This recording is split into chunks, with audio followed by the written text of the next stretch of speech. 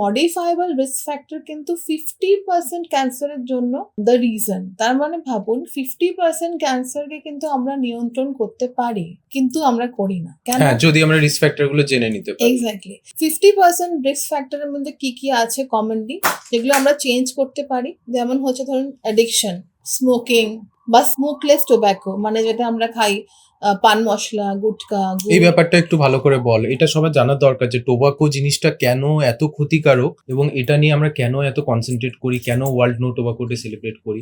তো টোবাকোটা কিভাবে একটা রিস্ক ফ্যাক্টর ক্যান্সারের জন্য, এটা আমার মনে হয় একটু ভালো করে বুঝিয়ে বল। টোব্যাকো মেনলি দুটো ফর্মে হয়, একটা হচ্ছে স্মোকলেস আর একটা যেটা স্মোক ফর্ম, যেটা আমাদের জানি আমরা সিগারেট বা বিড়ি বা পাইপ, অনেক ফর্মে হয়। তো যেটা মেনলি হয় যে আমরা কেন আসক্ত হওয়ার পেছনে কারণটা হচ্ছে সিগারেটের মধ্যে নিকোটিন থাকে। তো নিকোটিন একটা এমন একটা কেমিক্যাল বা কম্পাউন্ড যেটা কিনা ব্রেনে গিয়ে কিছু ডোপামিন বলে একটা হরমোন রিলিজ করে, যেটা কিনা আমাদের খুব ওয়েলবিং দেয়, মানে মনটা খুব খুশি হয়ে যায়। ফলে কি, যখনই মানুষ স্ট্রেসে পড়ে, মানুষের হয়তো ওয়ার্ক প্রেশার বা পরীক্ষা সামনে, দুটো সিগারেট টান মেরে আসে, তার মনটা খুশি হয়ে যায়, কারণ ডোপামিন কিন্তু অ্যাকচুয়ালি ক্যান্সার করে না। ক্যান্সারটা করে কে?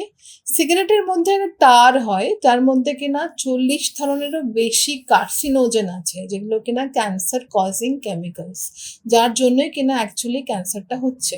ফলে স্মোকিং, যেমন বিড়ি ধরুন বা পাইপ বলুন বা ইভেন ওই যে হুক্কা, যেটা আগেকার দিনে ইউজ করতো, সবেতেই কিন্তু আমাদের ক্যান্সার হওয়ার চান্সটা বিকজ অফ দ্য কার্সিনোজেন, টারের মধ্যে যেটা আছে।